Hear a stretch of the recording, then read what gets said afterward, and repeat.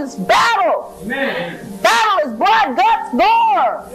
It's enemy against enemy. Why have they been trying for years to destroy us, like they did the people of Jonestown and the people at Waco? There must be something there we're doing that the devil don't like. You think you're pretty, you think you're beautiful, you think you're lovely, you think you're powerful, you think you're brave. Wait till I get through with you. Years. Target 7's Megan Cruz has this exclusive story. Shelley, the group is called the Aggressive Christianity Missions Training Corps, and it's based in Cibola County. The sheriff's office started investigating them last year when members say they escaped from the commune where they witnessed horrific crimes against children.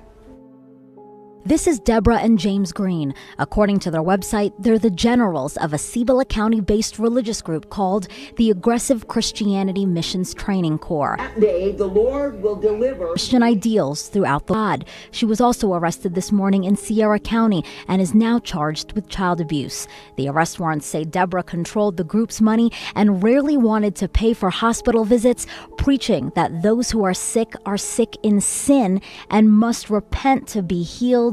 Deborah was charged with neglect resulting in the death of a child. But that's not all. The sheriff's office also charged Deborah with sexual assault of a minor and child abuse. They say in 2001, Deborah sexually assaulted her daughter's 5-year-old girl. They say that girl was smuggled in from Uganda as a baby with forged documents. That girl told investigators she was treated like a slave and routinely whipped.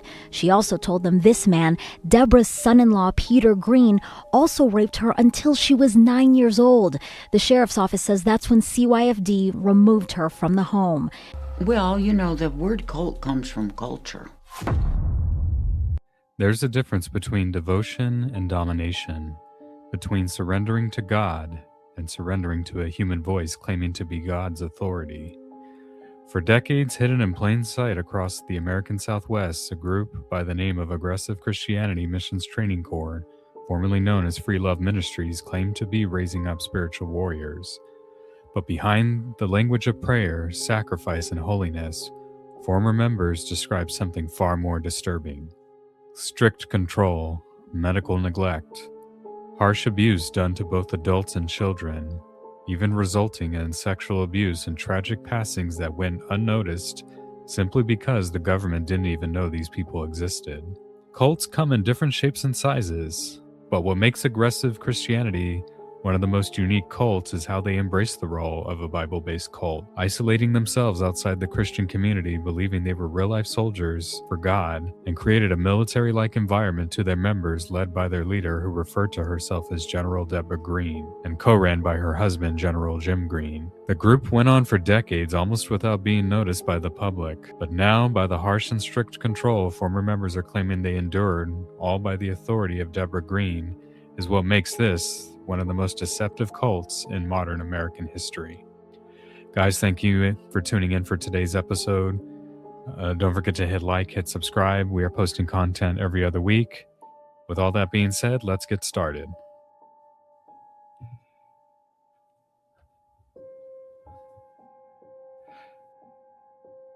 Back in the 1960s, this was a time of rebellion, counterculture movements, spiritual experimentation, and rejection of traditional authority.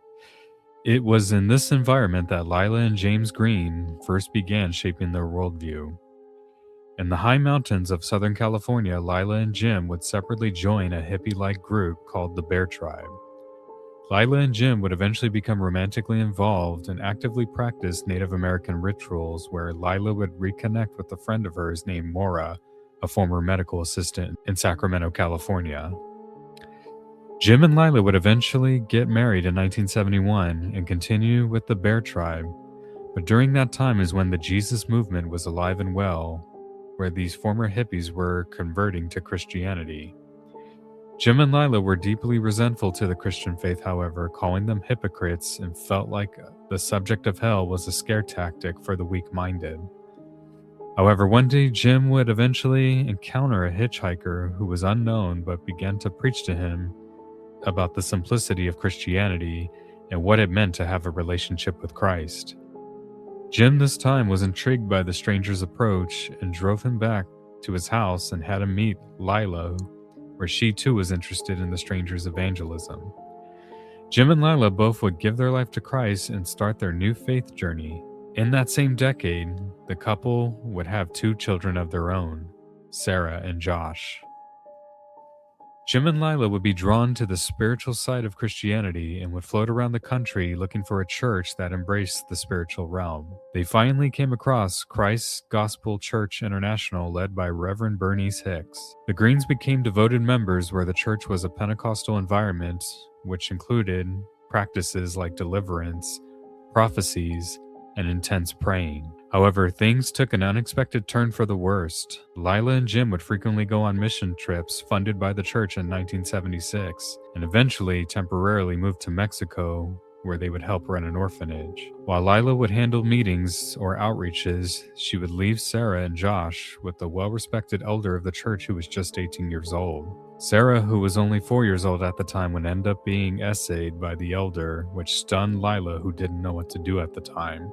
Jim and Lila would eventually confront Bernice and upper leadership about the incident, which ended up backfiring on them, since Reverend Bernice and the elders would not believe the couple and accused them of stirring up discord in the congregation. This infuriated Lila and Jim, who decided to leave the church and seek refuge somewhere else. However, they ended up discovering a lot of churches they would attend did not have pastors or leaders who were willing to serve God to the fullest. They started to believe that they were the only ones who were willing to go 100% for God, while other churches were just giving a fraction of that effort. They decided to start their own ministry and call it Free Love Ministries, telling patrons they would evangelize to that the gospel was free to everyone and everyone deserved a second chance at life. The Greens would eventually move back to Southern California in 1981 and reconnect with a longtime friend, Maura, and her husband, Steve. They would recruit the couple and their 3 children, who would join them in Free Love Ministries, but in a very intense way. Lila would attempt to cast out demons out of Steve and Maura and their 3 children, telling them that demons were real and they were taking over Christians. From there, they would recruit other people to join their ministry and tell the new converts that they weren't a church, they were simply a group who were wanting to recruit and build up soldiers for God's army. They were then able to convert a member of the group who owned a total of 3 art shops in the city and decided to dedicate his business to the Greens, which helped them buy a total of 3 houses in the suburbs of Sacramento. They called it Fort Freedom. They would frequently get a lot of people in the ghettos of Sacramento, California, mostly drug addicts or rebellious teenagers who were homeless. Fort Freedom would be presented as a safe haven for new members who could live there rent-free and were provided a job at the art shop. At the time, nothing about Free Love Ministries looked like a cult. It looked like a passionate ministry, one that emphasized total commitment to God, separation from worldly influences, and radical obedience to Scripture. But there was a subtle shift already happening. Instead of pointing people toward independent faith, the structure began pointing everything back to them. Lila would begin prophesying during her sermons and frequently claiming that God was specifically speaking to her and giving her prophetic dreams about the world. She would cast demons out of members and demanded obedience from the new converts. The strict obedience required members to cut off their family and friends, even if they were Christian or not, but they just weren't a part of the group. They were not allowed to watch television, listen to the radio, or read any other type of book material other than the Bible and gospel tracts written by the Greens. And most of all, members were ordered to fast without eating anything for days and ordered to pray very early in the morning to late at night. Anyone who complained was harshly criticized and accused of being demon-possessed. The group's intense influence started overcoming for some members to follow because Jim and Lila would tell members who would join the group that you were either all in for Jesus or were not and in danger of hellfire. Lila and Jim would preach about how they were not like common Christian pastors in their sermons in the late 1980s and frequently criticized famous preachers like Jim and Tammy Baker, John Osteen, Benny Hinn, and common televangelists. They would tell their members that they were the few Christians active in the world today and considered to be God's army. And Lila would frequently tell her members in her sermons that she was a resource from God, and even in one of the recordings publicly shaded Jim, saying that she was the vessel of the group and he was not, since she was having all the prophetic dreams. The Greens would be so convinced about their spiritual roles that they would even face conflict on a Christian radio broadcast station where they would pay for airtime. They would eventually be kicked out due to the Greens expressing aggressive behavior to other Christian members of the radio station and speak on demon possession that other Christians had, and went as far as telling people on the broadcast unbiblical claims. For example, they would say if you owned a television set, you are probably possessed by a demon, what they would refer to as the one-eyed devil, even though the Greens themselves owned a television set to watch their own sermons or recordings, claiming it was a monitor refuting the feedback. They would even go as far as criticizing other Christian artists, mostly rock and roll and rap music, saying they were demonic and sending the so-called, quote, 10% Christians to hell. When they were kicked off the air, some witnesses described the Greens as arrogant, and their approach was not merely based on the gospel of Jesus, but more focused on the group itself. Based on the book of Judges, chapter 4 and 5, in the Old Testament of the Bible, Lila took the inspiration of a character named Deborah, who was a judge and a military leader for God's people. She then decided to change her name to General Deborah Green and decided to also change the name of the group to Aggressive Christianity Missions Training Corps. Members were ordered to dress in military-style-like uniforms, and each were given ranks like a real military group. Daily life in the group actually did feel like a boot camp.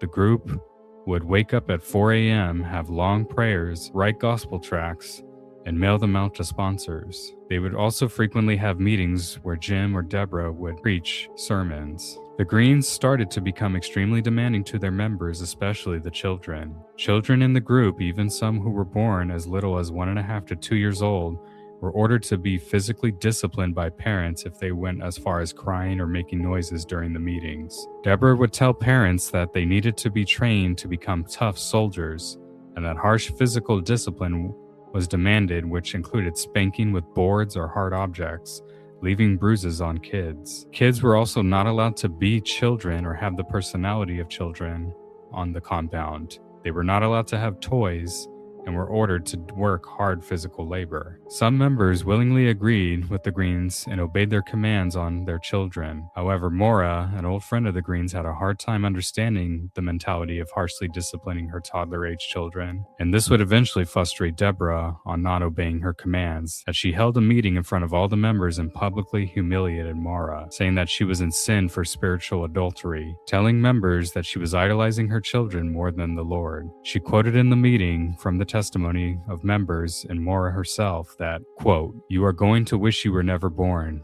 God's judgment is now on you." She then put Maura in a back play shed in the back of the compound where there were no AC or windows, and told members, including Maura's husband and children, that she was no longer part of the family, and changed her name to Forsaken. Maura described that for 3 to 6 months she would be inside of that shed where there would be no windows on really cold or hot days, and was only given 6 peanut butter sandwiches a day. When she would be let outside, she would be ordered to work hard physical labor like washing a bunch of dishes, cleaning the compound, and not allowed to talk to anyone, and would be forced to wear a black sash over her head. 2 other members would experience the same punishment in the group. As for anyone who objected to Deborah's strict comments, were harshly disciplined and neglected, even though some of her commands went against the Bible itself. For example, former members of the group, who were a married couple by the name of Derek and Kay, would go on frequent mission trips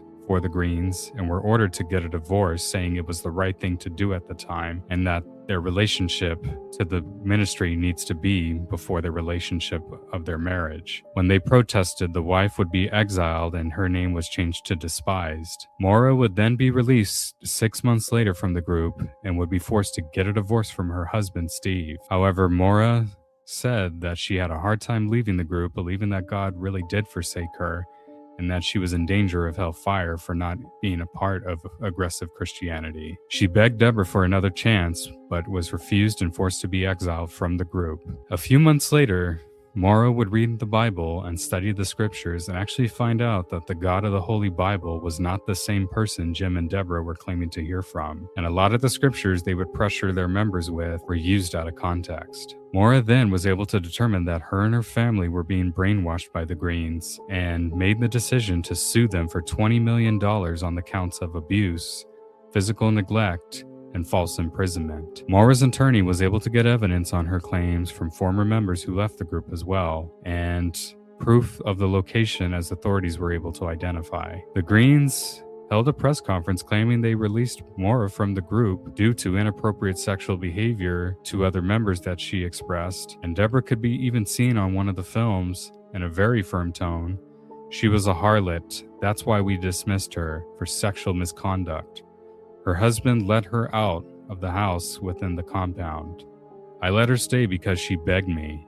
I could have left her out on the streets pushing a shopping cart, but I did not. However, even though the Greens defended themselves on these claims, they would end up just hurting themselves in the long run. On the selected court date for the Greens, they decided not to attend or even show up to any of the selected court dates, resulting in the judge giving favor to Moira to receive over $1.2 million in the civil lawsuit, and the ruling ended up having the court seize the possession of Fort Freedom, and any profit made on the compound would be awarded to Moira. Deborah, furious on the verdict, would tell her members of the group that they were in a severe battle with evil, and to prevent the victory of spiritual demonic forces, male members were ordered to clear out Fort Freedom and demolish the homes with sledgehammers. When authorities would arrive to find the destruction, the Greens would claim they had nothing to do with the vandalism and were never charged. However, outside witnesses in the area would tell authorities that they were spotting men dressed in military uniforms breaking down walls with hammers, and eventually former members, including Derek, would confess after leaving the group that they were ordered to destroy the compound and were told to lie to the authorities about the vandalism, and if they did not comply, they were rebelling against God and going straight to hell. The Greens and AMTC would end up relocating to Klamath Falls, Oregon, where they would take refuge in a small farm. However, their numbers would drop drastically from 50 members in Sacramento to just 19. The Greens tried starting a new life by opening up a restaurant and having members work there, but were unable to avoid trouble when concerned family members of AMTC would travel from California to the new compound and protest on members being forced to cut off family and be held against their will. Other neighbors of AMTC would also protest in the neighborhood, claiming that they were witnessing abuse in the compound, and on one account, one even witnessed them attacking one of their cows. People would contact Child Protective Services and Animal Cruelty, but of course nothing was ever investigated. To avoid being noticed by the authorities, AMTC once again decided to relocate this time, but this time it was going to be far and isolated without being noticed or supervised from the outside world, in a small area just inside of New Mexico in 1995. Very similar to Jim Jones moving to Guyana or David Koresh to the flatlands of Waco, with the Greens dealing with the civil lawsuit and the criticism from former members about emotional and physical abuse claims. The environment of aggressive Christianity would go from bad to worse, a lot worse. For one, it was also known that Jim and Deborah would also arrange unwanted marriages to members of the group, including their daughter Sarah and a loyal member of the group named Peter Green. Deborah began to convince the few members of this group that this would one day be a paradise for God's people, especially the children. She told members that she had a prophetic dream that one day children from all nationalities would live in this compound. Deborah would tell former members on the testimony of a former member named Julie that a lot of children and infants deserved a better life in outside countries. She commanded Julie to go to the borders of Mexico and El Paso, Texas, to kidnap an infant child from their mother. According to the testimony of Julie, she actually agreed to be obedient, followed a mother with a toddler-aged daughter on the bridge. Just right before she was about to snatch the toddler, she decided she did not have the strength to do it. Instead, it was at that moment she realized the motives of the group were wrong. Deborah, disappointed with Julie's failed assignment, ended up having a backup plan. In a recent missions trip to Uganda, Deborah and Jim were able to connect with a young teenage girl who told Deborah that she was young and pregnant and was willing to give her baby to Deborah for her compound project. Deborah would end up sending her daughter Sarah to Uganda to pick up the newborn infant and show forged documents claiming to be the baby's mother. Somehow, some way, Sarah was able to get the infant into the United States without any real suspicion. They decided to name the infant Miracle, and it was a special moment for aggressive Christianity, but the talks of building a paradise in the new compound was far from it. For one, in 1999, the Green's daughter Sarah would make an unexpected escape with another member in the middle of the night, leaving her 2 sons and Miracle behind. Sarah would later say in an interview that her reasons for escaping the group was due to her being unable to accomplish her personal goals, like receiving an education and her own personal career to support her children. Of course, she was unable to do these things due to the control of her mother, Deborah. She described that every day living in the compound was like living in a prison for her and other members, especially in the forced marriage, so made the escape to get an apartment and come back to get custody of her kids. She would eventually return to retrieve her kids a few years later, but the attempt would fail. However, maybe leaving her children behind wasn't a good idea, because one of them would end up going through a life of great suffering. With Sarah leaving the group, former members would say Deborah's mental health would go downhill, where she would go days without eating anything. A former member quoted in a local news article, "I saw that woman go crazy right before my eyes." Deborah would frequently be in a bad mood during prayer meetings and tell her members to pray the wrath of God on Sarah so that she can come back to the compound. Most of Deborah's anger and rage would be taken out on the children, especially Miracle. Multiple witnesses, and I do mean multiple witnesses, would testify that Miracle would endure extreme physical abuse on the compound. Witnesses would say that she would frequently be spanked by Deborah, and at times she would be seen getting actually beaten with a stick, not just spanked, but brutally beaten, sometimes every day from Deborah, for little things or sometimes for no reason at all. Deborah would tell Miracle when asked why she was getting disciplined, her simple response was, "I am beating you because God told me to," or "It's not me beating you, it's God." One deceptive occurrence that would also happen on the compound is Miracle would also be restricted from eating if she did not behave. And since she didn't receive the proper nutrition, it was shown that she would develop rickets in her legs, which would weaken the bone tissue fragments. This would later result in the group having no choice but to rush Miracle to the hospital, since she would severely break her leg due to a so-called swinging accident in 2006. Members of the group, including Jim, would urge Miracle to be taken to the hospital with her rickets developing. Deborah would tell the group that God was going to heal her, and the reason why she wasn't healing was because she wasn't praying enough. However, when Miracle would break her leg, members of the group would take her to a hospital in Mexico due to Deborah wanting to avoid suspicion. However, doctors would tell the group her injury was so severe that she would need to be taken to a doctor in New Mexico. When they finally agreed, members would take her to the hospital, and Deborah refused to give Miracle any pain medication, saying taking medication was trusting in man and not in God. When doctors asked Deborah and another member on why they neglected this medical concern and were going to report an investigation to Child Protective Services, Deborah would disappear with the other member, leaving Miracle at the hospital alone, and resulting in social workers putting Miracle in a foster care home and freeing her from the terrible nightmare she went through for years. After the incident, social workers or authorities were not able to charge aggressive Christianity since they were unable to identify Deborah, and the case was eventually dropped. AMTC would continue to live in New Mexico over the next decade, and it was then where the public would start to identify who they were. Former members of the group like Maura and her daughter Rebecca would appear on television shows like Dr. Phil or I Survived a Cult, and they would describe their time in the cult and the terrible abuse them and the children would have to endure. From there, Jim and Deborah Green would respond to the criticism of their behavior and dismiss it as followers of Jesus being persecuted. Jim said in one of his sermons, "I don't mind being called a cult. We are the cult of the living God with Jesus as our cult leader."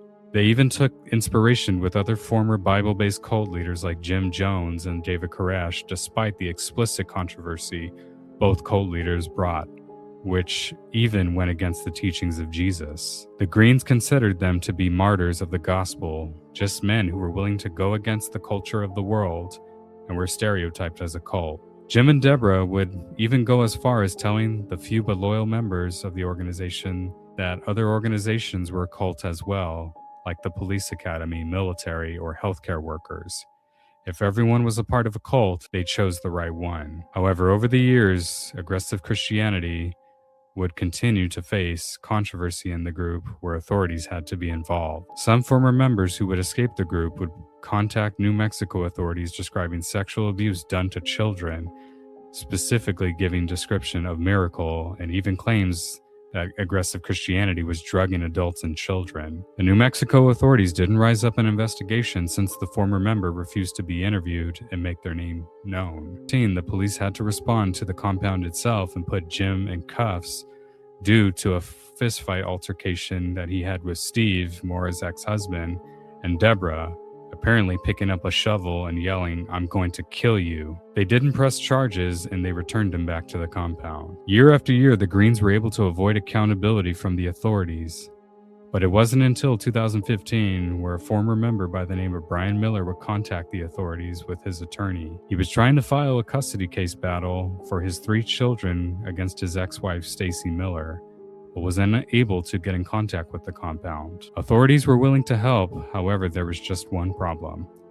The children didn't have any birth certificates. Brian Miller told the authorities the same exact stories other members were telling the New Mexico officials. Sexual abuse, physical abuse, and actually gave the story of Miracle, and this time gave a name for her SA abuser, Peter Green. Authorities took notes and tried contacting the compound with no luck and realized the compound was on high security alert from the testimony of Brian. But it was in 2016, nearly a year later, where 2 members of the group, one by the name of Jamie Bridgewater, called the police officials of New Mexico and said they were members of aggressive Christianity and were being held against their will in the group and asked to help escape. Police picked up both women from the compound late at night and brought them in for questioning. Jamie then gave a full detailed description on what was really happening on Aggressive Christianity Missions Training Corps. She described that her and some members joined Aggressive Christianity thinking it was an organization funding missions trips. However, she said joining the group became an extreme nightmare. She described the same testimony that multiple recent members were saying, which included extreme abuse of Miracle, abuse of other children, inappropriate behavior of Peter Green, and revealed the tragic occurrence that would happen on the compound. Jamie revealed that a severe case of the flu would come into the compound and all the children and adults would get it. She said, however, a child by the name of Enoch would get it the worst, a lot worse. She said he developed a huge tumor that began to grow on his forehead, and pus was starting to leak from his head. Everyone in the group considered taking him to a doctor. However, Jamie would tell authorities that Deborah would tell everyone in the group that God was going to heal Enoch, and it was his demonic sin that was preventing him from healing. What makes the story so sad and disturbing was Enoch would be the oldest son of both Brian and Stacy Miller. Brian Miller, for over a year, was trying to get the status of his children, and turns out Enoch would die out of the extreme case of a sinus infection that went untreated for months. Authorities now had a case on their hands, and to get a search warrant on the compound and identify the claims of former members. Lead investigator Steven Chavez said that this needed to be an unexpected sting operation, since former members would say Aggressive Christianity had an escape plan if encountered. They decided to do a raid on a Sunday service where the whole group would be inside the main compound. They compared the situation to David Koresh and the Branch Davidians. However, they wanted to avoid the same situation and not be in a 30-day standoff, resulting in death of group members. So, in August of 2017, the Sheriff's Department of New Mexico would arrive in the early morning hours of the compound and break into the sanctuary and arrest Deborah and Peter Green and take them into the station. Jim was furious and did not want to cooperate with the police when they asked to question him. The next day, officers were sent back to the compound to retrieve the children of the compound when they noticed a group of vans attempting to leave the compound. They pulled him over and made 4 separate arrests to other members of the group, eventually arresting Jim himself. Stacy Miller, who eventually left the group a year before, would eventually be arrested as well for child neglect and refused to rat out the Greens. At the center of the case, Deborah Green, along with several members of the organization, prosecutors brought forward charges that included child abuse, penetration, conspiracy, and failure to report births. The charges themselves pointed to something far beyond strict religious discipline. They suggested a systematic pattern of harm, particularly towards children who had little to no contact with the outside world. Prosecutors were then able to track down a former member like Maura, Sarah, and yes, Miracle, who was now in college and living with her adopted family. Miracle would agree to testify on the trial and would tell investigators about the years of physical and sexual abuse done by Deborah and Peter Green. During the legal proceedings, testimonies of former members became crucial. These accounts described an environment where obedience was enforced through fear, and where authority was consecrated almost entirely in the hands of leadership. Survivors spoke on how spiritual language was used to justify punishment, and how questioning the Greens could result in severe consequences. While the defense argued that group practices were rooted in religious belief and protected under freedom of religion, the prosecutors were able to refute that religious freedom does not extend to the abuse or neglect of children or adults. In 2018, Deborah Green was convicted and sentenced to 72 years in prison, a sentence that reflected the severity of charges and a number of victims involved. For many observers, the verdict fell in a long overdue moment of accountability. It signaled that even highly controlled groups can be subject to legal scrutiny when credible evidence emerged. In 2020, the property of New Mexico would eventually be sold. However, the case did not end there. In the surprising legal development, Deborah Green's conviction was later overturned by an appeal court, citing the procedural issues that raised questions about how the trial had been conducted. This decision reunited the debate, not about whether the abuse occurred or not,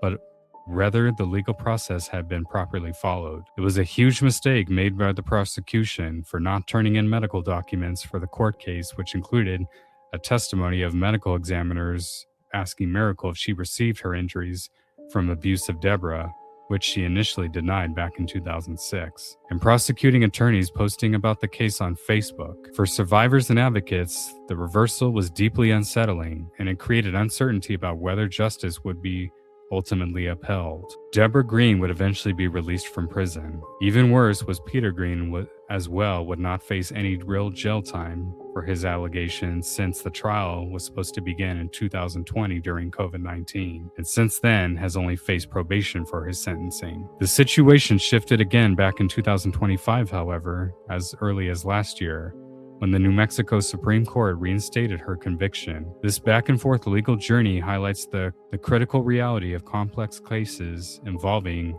religious groups, often lengthy appeals, procedural challenges, and ongoing legal uncertainty. Even when strong testimony exists, the path of final resolution can take years, sometimes decades. Authorities are now ready to take Deborah back to jail for her sentence, and her still having to await the trial of the death of Enoch. However, the problem now is they do not know where Deborah is. She is nowhere to be found, and is on the run, and her location remains unknown to this day. Jim Green would eventually be released in 2021. Despite the high-profile arrests and convictions, Aggressive Christianity Missions Training Corps did not simply disappear. Today, the group is still believed to exist in a much smaller and more fragmented form, primarily in the parts of New Mexico. Without the same centralized leadership structure, especially following the legal troubles of its founders, the organization no longer operates with the same visibility or influence it once had.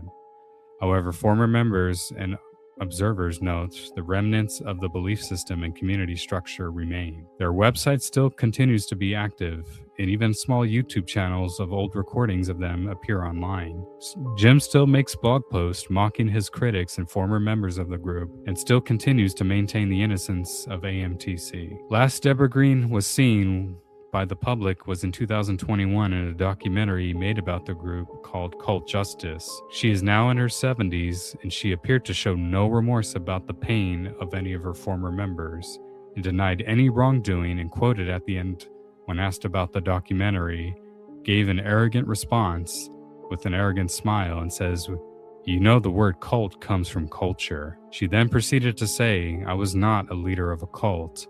I was just a woman who followed Jesus with all of her heart." Aggressive Christianity Missions Training Corps may not have had this extreme tragic results like Jonestown, the Branch Davidians, or even Heaven's Gate, resulting in an orchestrated suicide or a mass murder. But something that makes them unique, and probably the only military trait that they actually had, was the battle scars every former member has to carry for the rest of their life as time goes on. A book was recently made by the author Harrison Hill titled The Oracle's Daughter, mostly on the point of view of Sarah Green and the historic events that happened to the cult. Aggressive Christianity has deeply criticized the book on their website and still believes in their message and approach to Christianity, and believe that all the criticism and jail time their leaders have faced over the years is a product of Christian persecution that Jesus warned his disciples would face because of his name. However, that's just it.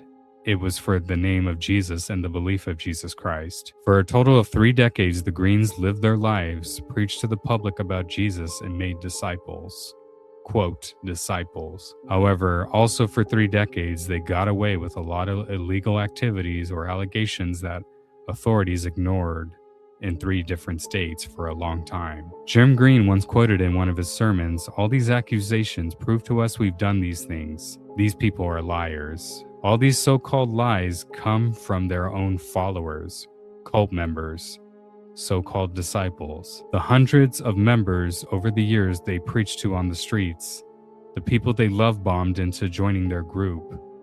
If every former member is a liar, the Bible refutes this claim in 1 Timothy chapter 5, verse 19. Real followers of Christ outside of the United States overseas are usually thrown in prison and tortured and face real-life persecution by the authorities of a different country because of the gospel of Jesus Christ being banned, and it's because of their belief in Jesus Christ that determines their punishment." Dr. Walter Martin, who was also known to be an outspoken practicing Christian, described aggressive Christianity as a group of Christians who really went off the deep end. From the outside looking in, the Greens are nothing more than radical heretics who became more obsessed with control over their members than devotion to God. They were concerned about casting demons out of other Christians, but forgot that they had inner demons within themselves that they were supposed to handle and refused to hold themselves accountable to it.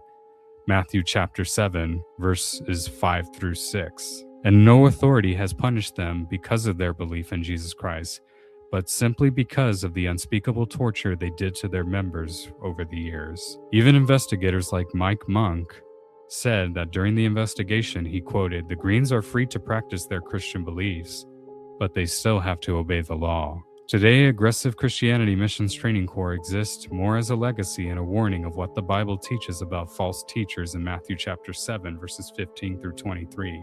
Outwardly, they appear as sheep, but inwardly they are ferocious as wolves. They may even appear charismatic, casting out demons or prophesying in the name of Jesus.